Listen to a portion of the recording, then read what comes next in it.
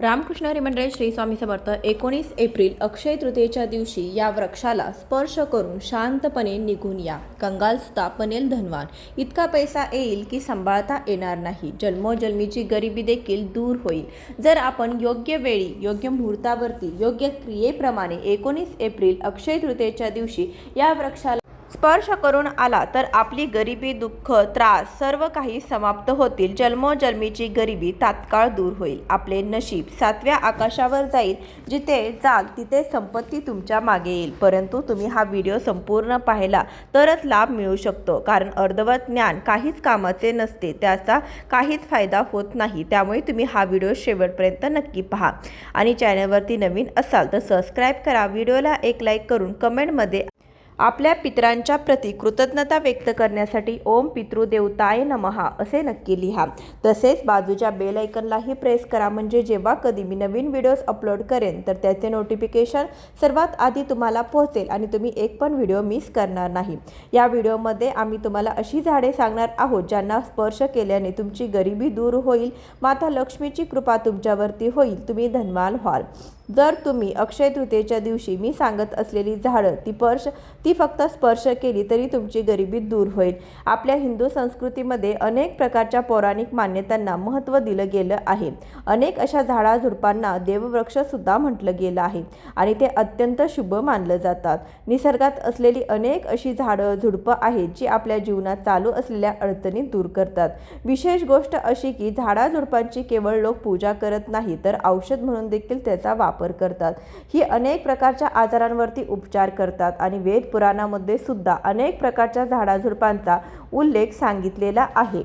आपल्या हिंदू धर्मात देवी माता राणीचे अनेक स्वरूप सांगितले गेले आहे, ज्यामध्ये वृक्षांना देखील देवीचे स्वरूप म्हटलं गेलं आहे. तर आज मी तुम्हाला अशा वृक्षाबद्दल सांगणार आहे ज्यांना 19 एप्रिल रविवारी अक्षय तृतीयेच्या दिवशी स्पर्श करणं अत्यंत शुभकारक मानलं गेलं आहे. अक्षय तृतीयेच्या दिवशी यांना स्पर्श केल्याने शत्रुदोष, कर्जदोष, गरीब दोष सगळं काही समाप्त होतं. हिंदू पंचांगानुसार अक्षय तृतीयेचा सण वैशाख महिन्याच्या शुक्ल पक्षातील तृतीया तिथीला साजरा केला जातो. यावर्षी अक्षय तृतीया 19 एप्रिल 2026 रविवारच्या दिवशी साजरी केली जाईल. पंचांगानुसार वैशाख महिन्याच्या शुक्ल पक्षातील तृतीया तिथी 19 एप्रिल रविवारच्या दिवशी सकाळी 10:49 सुरू होत आहे आणि 20 एप्रिल सोमवारच्या दिवशी सकाळी 7:26 समाप्त होईल. हिंदू सण हे तिथीनुसार साजरे केले जातात. कोणतीही तिथी ज्या तारखेचा सूर्योदय पाहते ती तिथी त्या दिवशी असलेल्या सणासाठी ग्राह्य धरली जाते. यंदा अक्षय तृतीया ही तिथी 19ला नाही तर 20 एप्रिलचा सूर्योदय पाहणार आहे. तसे अजूनही 19लाच अक्षय तृतीया साजरी केली जाईल, कारण की हा सण दिवसाच्या पूर्वार्धात साजरा केला जातो. तर चला आता जाणून घेऊया की अक्षय तृतीयेचं महत्त्व काय आहे. अक्षय तृतीयेचं धार्मिक महत्त्व हे खूप खास मानलं गेलं आहे की या दिवशी भगवान विष्णूंच्या परशुराम अवताराचा जन्म झाला होता. अक्षय तृतीयेच्या दिवशीच युधिष्ठिरला कृष्णाने अक्षय पात्र दिलं होतं, ज्यामध्ये अन्न संपत नव्हते आणि याच पात्रातून युधिष्ठिर गरजू लोकांना भोजन करवायचे. म्हणून अक्षय तृतीयेच्या दिवशी दान पुण्य करण्याचेही विशेष महत्त्व मानलं जातं. अक्षय तृतीयेच्या दिवशी त्रेतायुगाचीही सुरुवात झाली होती आणि या शुभ दिवशी गंगेचे पृथ्वीवरती आगमन झाले होते. इतक्या विशेषतेमुळे अक्षय तृतीयेच्या दिवशी वर्षातील सर्वात शुभ मुहूर्त मानला जातो. त्यामुळे या दिवशी मी सांगत असलेल्या या वृक्षाला नक्की स्पर्श करा. अक्षय तृतीयेच्या पावन सणात काही असे वृक्ष आहेत जे देववृक्ष म्हणवले गेले आहेत, दैवी वृक्ष म्हणवले गेले आहेत. हे देवीचे स्वरूप असतात, माता कालीचे स्वरूप असतात आणि आपल्या धर्मात झाडाझुडपांना देवी देवता मानून त्यांची पूजा केली जाते आणि आपल्याला पूजा नक्कीच करायला हवी. सायन्स देखील म्हणतं की झाडं झुडपं माणसांना फुकट प्राणवायू पुरवत असतात. झाडं झुडपं आपल्याला ऑक्सिजन देतात आणि आपल्याकडील कार्बन डायऑक्साईड ग्रहण करून सर्व प्रकारच्या नकारात्मक गोष्टी त्या स्वतःमध्ये शोषून घेत असतात आणि आपल्याला तेच प्रदान करतात. झाडे झुडपे स्वतः तीव्र उन्हात तापतात पण माणसांना शीतल सावली देतात आणि नवीन कार्याच्या वेळी काही अशी झाडं झुडपं आपल्या धर्मशास्त्रात सांगितलेली आहेत ज्यांना स्पर्श केल्याने व्यक्तीचं बंद नशीब उघडतं, व्यक्तीचं सौभाग्य चमकू लागतं. आपल्या शास्त्रामध्ये झाडाझुडपांना अत्यंत गुणकारी म्हटलं जातं, कारण त्यामध्ये साक्षात देवता असतात. अनेक आजारांवरचा उपचार झाडाझुडपांमध्येच दडलेला आहे. झाडाझुडपांमध्ये अनेक औषधी वनस्पती आढळतात. भगवान श्रीकृष्णाने गीतेमध्ये स्वतः म्हटलेलं आहे की मी वृक्षामध्ये पिंपळाचे झाड आहे.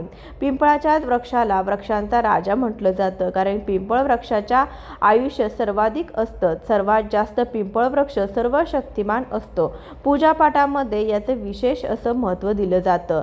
तर चला, आज मी तुम्हाला अक्षय तृतीयेच्या दिवशी स्पर्श करावयाच्या वृक्षाबद्दल सांगते.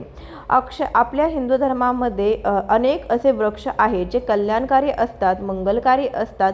जर या वृक्षाला तुम्ही स्पर्श केला तर तुमच्या सर्व प्रकारच्या अडचणी, सर्व प्रकारचे कष्ट हे सर्व समाप्त होत असतात.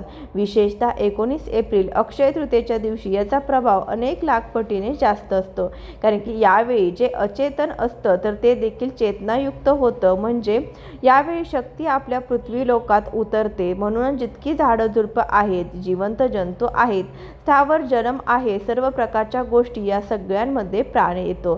सर्वांमध्ये शक्ती मोहित होते, जागृत होते. यावेळी कोणतीही व्यक्ती झाडाजवळ जाऊन स्पर्श करते, विशेषतः जे देवी स्वरूप झाड आहे. तुम्ही जाऊन त्यांना स्पर्श करता तर तुमच्या जीवनातील अडचणी, दुःख, वेदना, कष्ट, आजार, व्याधी, भांडणं, सर्व प्रकारची जीवनातील मोठमोठ्या समस्या सर्व समाप्त होतात. कालसर्प दोष, मंगळ दोष, शनी दोष, राहू दोष लगेचच आपला प्रभाव दाखवतात आणि सर्व दोष नाहीसे होतात.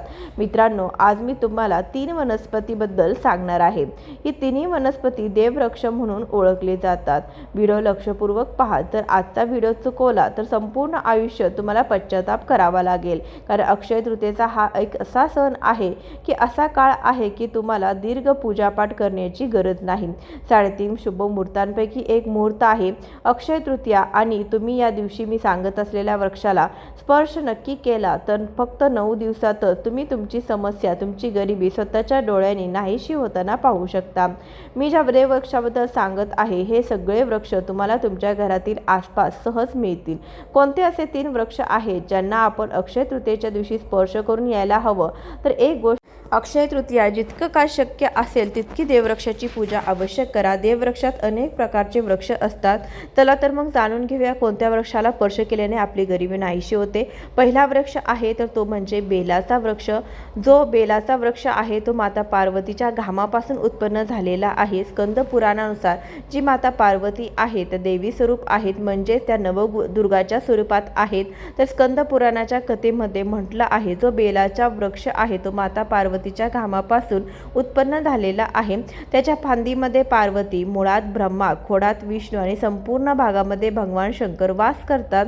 संध्याकाळच्या वेळी शिवशंकर मंदिराजवळ किंवा नवदुर्गा मंदिराजवळ असलेल्या बेलवृक्षाखाली तुपाचा दिवा लावल्याने व्यक्ती धनवान, गुणवान आणि पराक्रमी बनतो. व्यक्तीच्या सर्व प्रकारच्या मनोकामना ज्या आहेत तर त्या पूर्तता होतात. दुसऱ्या वनस्पतीबद्दल सांगणार आहे तर ती वनस्पती सुद्धा जाणून घ्या. दुसऱ्या ज्या वनस्पतीबद्दल सांगतोय तर ती वनस्पती म्हणजे शमीचं वृक्ष. शमीच्या वृक्षाला जगदंबेचं स्वरूप मानलं गेलं आहे. जे शमीचं वृक्ष आहे तर ते स्वतः जगदंबेचं स्वरूप आहे. यावरती स्वतः माता जगदंबा साक्षात वास करत असतात. आणि कोणीही व्यक्ती जर संध्याकाळच्या वेळी 19 एप्रिल अक्षय तृतीयेच्या दिवशी याच्या खाली धूप दीप लावतो, धूर दाखवतो तर त्याच्या सर्व प्रकारच्या अडचणी दूर होतात. शमीच्या मुळात सिंदूर घातलेल्या व्यक्तीला आरोग्याची प्राप्ती होते. जे लोक दीर्घ काळापासून आजारी आहेत अशा व्यक्तींच्या जे घरातील सदस्य आहेत, जे लोक आहेत तर ते आजारी आहेत तर त्यांच्या शरीरावर 7 वेळा सिंदूर फिरवून शमीच्या मुळापाशी अर्पण करू शकता. त्यामुळे त्यांचे रोग लवकर बरे होतात. जे लोक अनेक दिवसापासून आजारी आहेत किंवा तुम्ही आजारापासून वाचू इच्छिता, निरोगी राहू इच्छिता तर त्यांनी याच्या मुळात सिंदूर नक्की टाका. मनोकामना पूर्ती करण्यासाठी एक मंत्र सांगत आहे. हा मंत्र बोलताना शमीच्या वृक्षाला स्पर्श करायचा आहे. तुम्ही लगेचच याचा परिणाम पहा. जसं तुमची जी मनोकामना आहे तर त्याची पूर्ती होईल आणि तुमची दरिद्रता जी आहे तर ती देखील समाप्त होईल. तर मंत्र कोणता आहे तर तुम्हाला बोलायचं आहे. मम मनोरथे पुर्यंता मम दारिद्र्य नाश हा मंत्र तुम्हाला बोलायचा आहे। हा मंत्र बोलताना शमीच्या वृक्षाला स्पर्श करायचा आहे। सर्व प्रकारच्या तुमच्या मनोरथांची पूर्ती जी आहे तर ती होईल, तुमची जी दरिद्रता आहे तर ती देखील समाप्त होईल। फक्त हा स्पर्श करताना मंत्र तुम्हाला बोलायचा आहे। तर तिसऱ्या क्रमांकाबद्दल ज्या वृक्ष येतोय तर तो वृक्ष म्हणजे तर त्याला देखील देववृक्ष म्हटलं जातं। तर तो तिसरा वृक्ष आहे तर तो म्हणजे पारिजाताचा वृक्ष। पारिजात वृक्ष समुद्र मंथनातून उत्पन्न झाला होता आणि तो देवराज इंद्राच्या नंदनवनात स्थापित करण्यात आला होता। पारिजात वृक्ष भगवान श्रीकृष्णांनी मानव कल्याणासाठी पृथ्वी लोकावरती आणला आणि जो पारिजात वृक्ष आहे त्याला देखील लक्ष्मीचं स्वरूप मानलं जातं, कारण माता लक्ष्मी सुद्धा समुद्रातून उत्पन्न झाल्या होत्या आणि पारिजात वृक्ष सुद्धा समुद्रातून उत्पन्न झाला आहे, म्हणून हे माता लक्ष्मीची बहीण म्हणून ओळखली जाते। असं मानलं जातं की कोणीही मनुष्य त्यांच्या शरीरात कितीही थकवा असो, कितीही वेदना असो, या वृक्षाच्या सावली तुमच्या वेदना ज्या आहेत तर त्या दूर होतात। या वेदना ज्या आहेत तर ते पारिजात वृक्षाला संध्याकाळी स्पर्श करून नक्की या दूर होतील। तुम्हाला हवं असेल तर अक्षय तृतीयेच्या कोणत्याही वेळी तुम्हाला वेळ मिळेल तेव्हा जाऊन या वृक्षाला स्पर्श करू शकता। या वृक्षाला स्पर्श करतात लगेचच आपल्या शरीरातील वेदना, थकवा, सुस्ती, अशक्तपणा जो आहे तर ते सर्व नाहीसे होतात। या वृक्षाच्या खाली जर तुपाचा दिवा लावला गेला, याच्या मुळात चिमूटभर सिंदूर टाकला गेला तर सर्व प्रकारच्या मनोकामनांची पूर्ती होते। पण तुम्ही प्रार्थना नक्की करा की हे पारिजात वृक्ष आपण देवी स्वरूप मनवले जाता, आपण आमच्या सर्व प्रकारच्या अडचणी दूर करा। ग्रहदोष आहे, पितृदोष आहे, लक्ष्मी दोष आहे, हे सर्व आपण समाप्त करा। माता लक्ष्मी आमच्या जीवनामध्ये प्रवेश करो।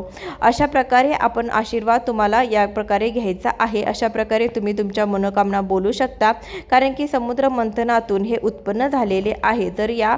जर तुम्ही लवकर धनवान तुम्हाला व्हायचं स्वप्न पाहत असाल, तुमच्या जीवनात काही इच्छा आहे, काही अपूर्ण राहिलेली इच्छा आहे, तर ती तुम्ही 3 वृक्षांना सांगितली तर हे 3 वृक्ष अक्षय तृतीयेच्या दिवशी स्पर्श करून तुमच्या इच्छा पूर्ण करू शकता। यानंतरच्या पुढच्या वनस्पतीबद्दल बोलूया। तर यानंतरच्या पुढच्या वनस्पती आहेत त्या म्हणजे आवळा, तुळस आणि केळाच्या झाडावरती भगवान विष्णू आणि माता लक्ष्मीचा वास मानला जातो। खरं तर तुळशीच्या झाडाजवळ रोज दिवा लावायला हवा, तरच आवळ्याची पूजा एकादशीला केल्याने भगवान विष्णू प्रसन्न होतात। केळीच्या झाडाची पूजा प्रत्येक गुरुवारी केली जाते। प्रत्येक गुरुवारी केळीच्या झाडाजवळ हळद मिसळलेले पाणी अर्पण केलेले तुम्हाला खूप सुखाची प्राप्ती होते। पुढचं झाड आहे तर ते म्हणजे कदंबाचं झाड। कदंबाच्या झाडावर माता लक्ष्मीचा वास मानला जातो। अशी मान्यता आहे की कदंबाच्या झाडाखाली बसून यज्ञ केल्याने माता लक्ष्मीची विशेष कृपा प्राप्त होते आणि कुटुंबामध्ये आनंदाचं आगमन होतं। दुर्वा असं म्हणतात की गणपती बाप्पांना सर्वात जास्त प्रिय असते, तर ती प्रत्येक बुधवारी हळद लावून दुर्वा गवत गणेशजींना अर्पण केल्याने तुमच्या कामामध्ये येणाऱ्या सर्व प्रकारच्या अडचणी दूर होतात, तुम्हाला शुभ लाभाची प्राप्ती होते। जर तुम्हाला हा व्हिडिओ माहितीपूर्ण वाटला असेल तर नक्कीच व्हिडिओला लाईक करून जास्तीत जास्त लोकांपर्यंत शेअर करा। धन्यवाद।